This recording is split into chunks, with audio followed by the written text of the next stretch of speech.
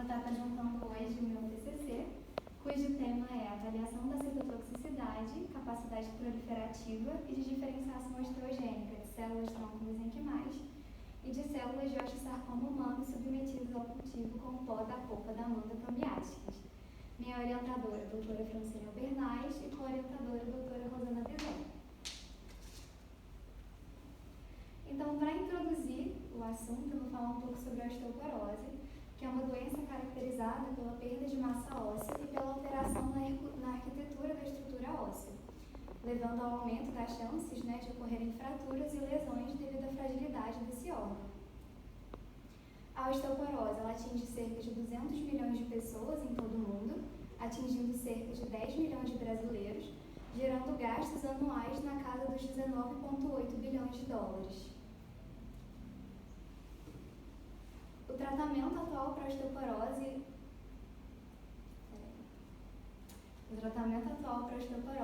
é, em suma, medicamentoso, com medicamentos do tipo antirreabsortivos e osteoanabólicos e também com mudanças de hábitos.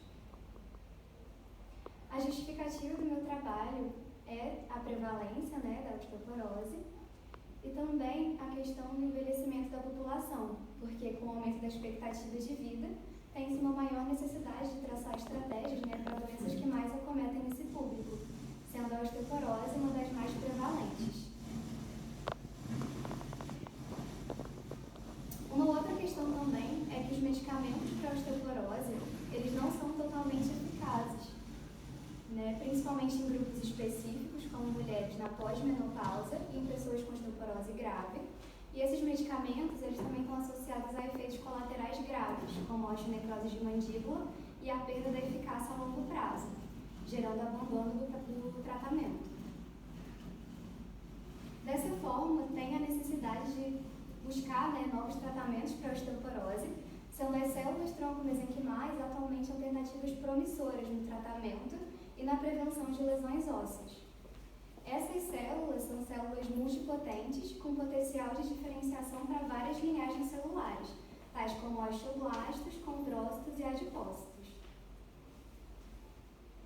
As células tronco-mesenquimais elas já atuam de modo fisiológico no processo de síntese e de reparo do tecido ósseo, e dessa forma, como na osteoporose esse processo é prejudicado, avaliar formas de aprimorar o potencial de regeneração dessas células se torna interessante para um possível manejo dessa doença. E por que a manga foi escolhida? Atualmente, alguns compostos presentes na manga vêm sendo estudados como potenciais osteogênicos em células tronco-mesenquimais, sendo a mangiferrina, o principal composto bioativo da manga, associado a efeitos positivos de síntese óssea e de colágeno.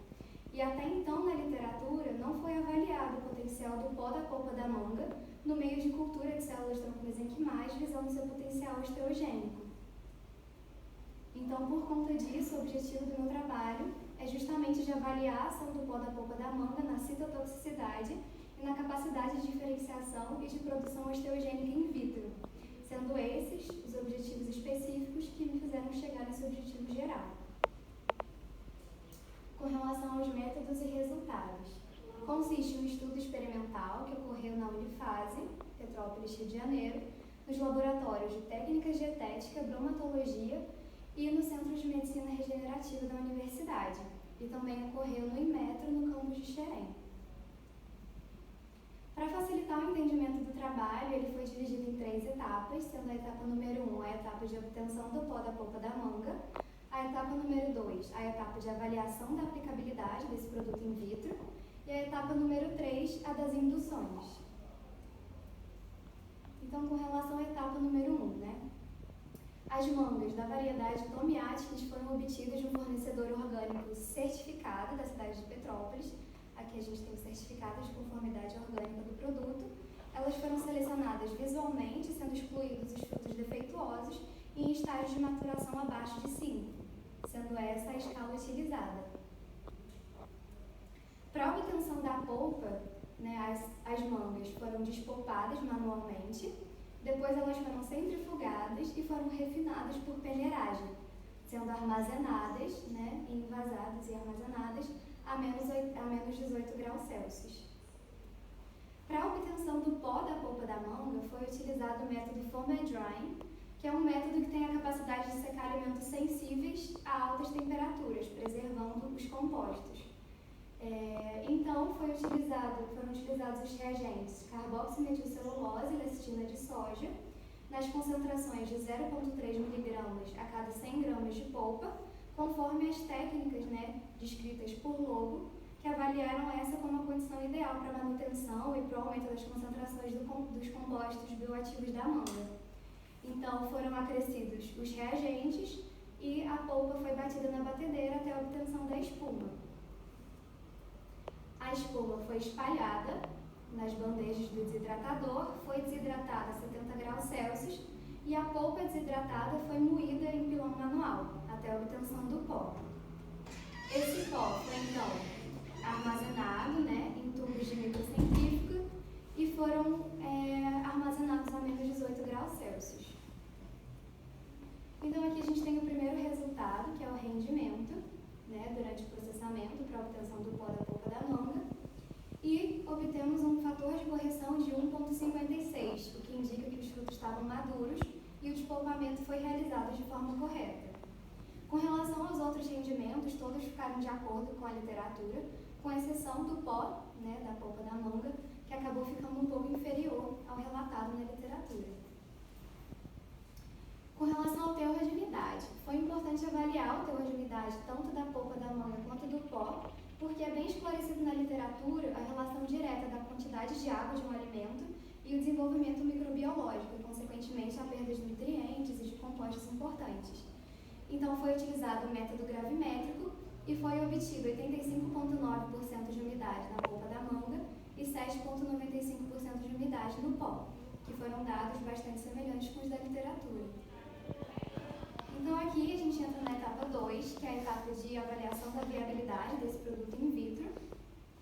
E a primeira etapa foi de avaliação da solubilidade dele, uma vez que para aplicar no cultivo celular, né, essa substância, o pó da polpa da manga, ele precisa ser solúvel e também estéril. Então foi avaliada a capacidade solúvel e filtrável, né, dessa substância.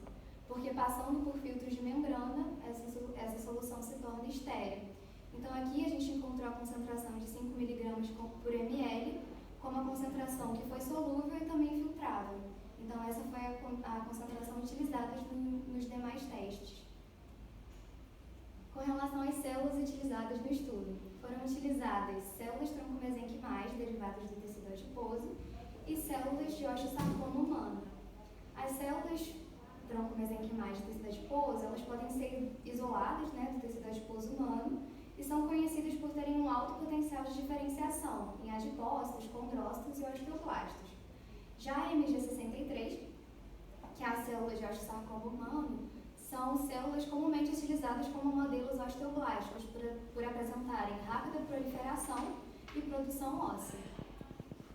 Uma questão importante de destacar antes de começar a parte de resultados e discussão do trabalho é que não foram encontrados estudos que avaliassem a ação do pó da polpa da manga in vitro. Então, por conta disso, os resultados encontrados foram comparados com estudos que avaliassem a mangiferina, né, que é o composto bioativo mais presente na manga. Então, o primeiro teste foi o de citotoxicidade do pó da polpa da manga. A gente fez esse teste porque na fase experimental, né, de medicamento, de uma substância, é necessário encontrar a dose ideal para ser trabalhada. E essa dose é a média, né, entre a concentração efetiva e a concentração inibitória de uma solução. Então, para avaliar isso, são utilizados os testes de citotoxicidade. Foram utilizados, né, nesse estudo os testes do MTT e do MTS, que consistem em colocar a substância direta ou indiretamente na cultura celular, verificando, né, as alterações celulares, a viabilidade, através da incorporação de corantes. Então, o MTT ele é um corante roxo e o MTS é um corante amarelo. Uma preocupação inicial era se esse corante amarelo do MTS poderia estar interferindo nos resultados com o pó da polpa da manga. Então, inicialmente, antes de fazer o teste de citotoxicidade, foi avaliado o espectro de absorvância, né, do pó da polpa da manga em contato com, né, o corante roxo e o corante amarelo. Né?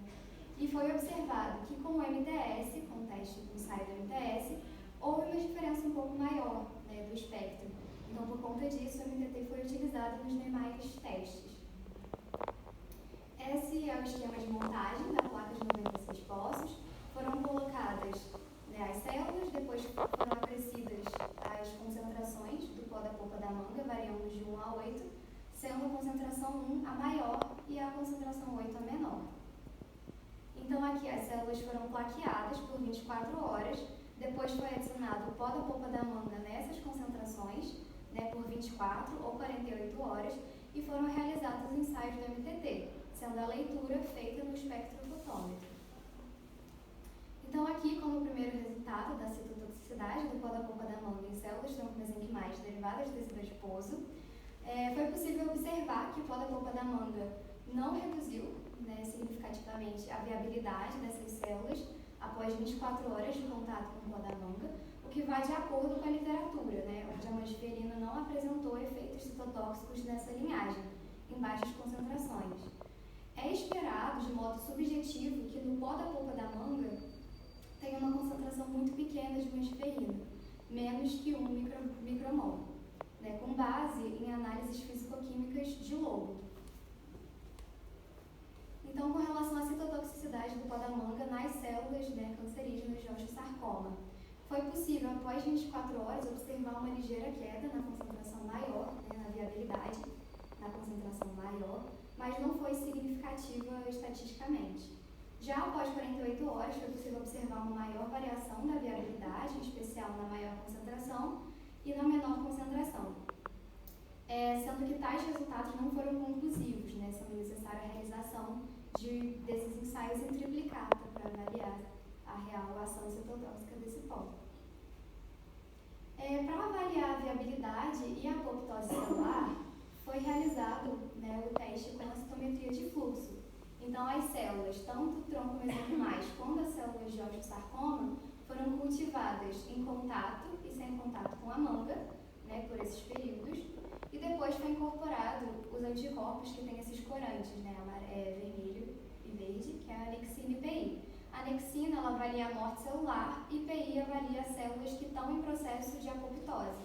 Então, aqui, como resultado da citometria, você tem um gráfico, né, que avalia as células mortas por apoptose, as células vivas e as células em processo de apoptose. Então, aqui a gente tem os resultados, né, dos gráficos em dot plot, e eles foram transferidos para essa tabela para facilitar a visualização.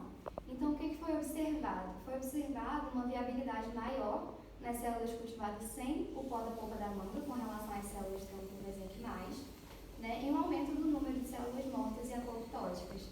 Esse resultado é contraditório com a da literatura, onde a mangiferina exerceu um efeito protetor, né, da morte celular nessas células, em células tronco, né, de medula óssea, o que pode ser explicado pela possível baixa concentração de mangiferina no pó da polpa da manga e por se tratar de linhagens celulares diferentes.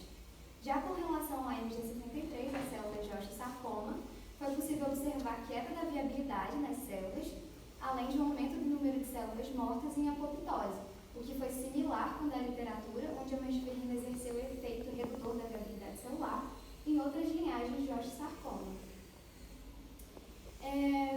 Uma questão interessante que a gente achou legal de fazer era cultivar, né, essas células em contato e sem contato com o pó da manga por um período um pouco maior. Então, as células de osteosarcoma foram cultivadas por 14 dias em contato com o pó da polpa da manga e normalmente, com meio de cultivo normal. E foi observado uma redução subjetiva da viabilidade celular nas células cultivadas, né, nas células de osteosarcoma cultivadas com o pó da polpa da manga. Então, aqui, por exemplo, nas células que foram cultivadas normalmente, né, as células foram plaqueadas na garrafinha, houve um crescimento, né, e elas entraram em confluência de aproximadamente 70% e 80%. Elas foram, então, trocadas de garrafinha, né, e cresceram novamente. E aí elas foram trocadas novamente de garrafinha e cresceram novamente. Já com relação às células que foram cultivadas com o pó da polpa da manga, foi observado um efeito contrário, né? As células foram plaqueadas, cresceram um pouquinho e depois foram mantidas na mesma garrafinha. Elas não cresceram mais, né? As células cancerígenas do osteosarcoma. Já com relação às células tronco-mesenquimais do tecido adiposo, foi feito o mesmo teste, mas não foram observadas alterações importantes na morfologia ou alterações expressivas na viabilidade, né, tanto quanto as células de osteosarcoma. Então, aqui com relação às etapas, a terceira etapa, a etapa das induções, foi realizada a indução adipogênica, né, dessas células, porque é importante, quando se trabalha com células tronco-mesenquimais, caracterizar essa célula. Então, para isso, elas precisam estar diferenciando para, no mínimo, 2 linhagens celulares, né? E aí, nesse caso, a gente diferenciou as células para linhagem adipogênica e osteogênica. Então, aqui como resultado, né, das células tronco-mesenquimais de tecido adiposo, elas foram cultivadas, foram depois fixadas com paraformaldeído e foram coradas com corante oil red, que tem afinidade por gotículas de gordura. Depois elas foram lavadas e foram observadas no microscópio. Aqui a gente pode observar o resultado, né?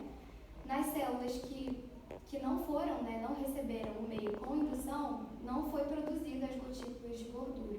Já nas células que foram induzidas, esses pontos vermelhos indicam, né, o acúmulo de lipídios.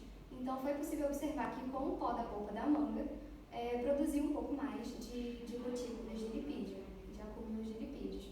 O que acaba também, né, indo contra a literatura, onde a multiferrina exerceu um efeito inibitório da diferenciação adipogênica em outras linhagens celulares. Né, o que pode ser explicado também pelo fato de se tratar de linhagens celulares diferentes e pela quantidade possível, né, de multiferrina no pó da polpa da manga. Com relação à indução da osteogênese, as células foram cultivadas, né, nessas condições, condição negativa, né, que é o meio de cultivo normal, condição com o pó da polpa da manga, condição induzida para a osteogênese e condição induzida para a osteogênese com o pó da polpa da manga. As células foram cultivadas por 21 dias, depois fixadas e coradas com o corante alizarina red. Esse corante ele tem afinidade, né, pela matriz óssea, por carbonato de cálcio, então cora com vermelho quando tiver matriz óssea. E elas foram lavadas e observadas no microscópio. Aqui temos o resultado. No controle negativo não foi possível observar a formação óssea. No controle com a manga também não foi possível. E nos grupos induzidos foi possível observar, né, o acúmulo de matriz óssea. Em especial no grupo, né, que foi induzido em conjunto com o pó da polpa da manga. A gente tem um acúmulo maior de matriz óssea.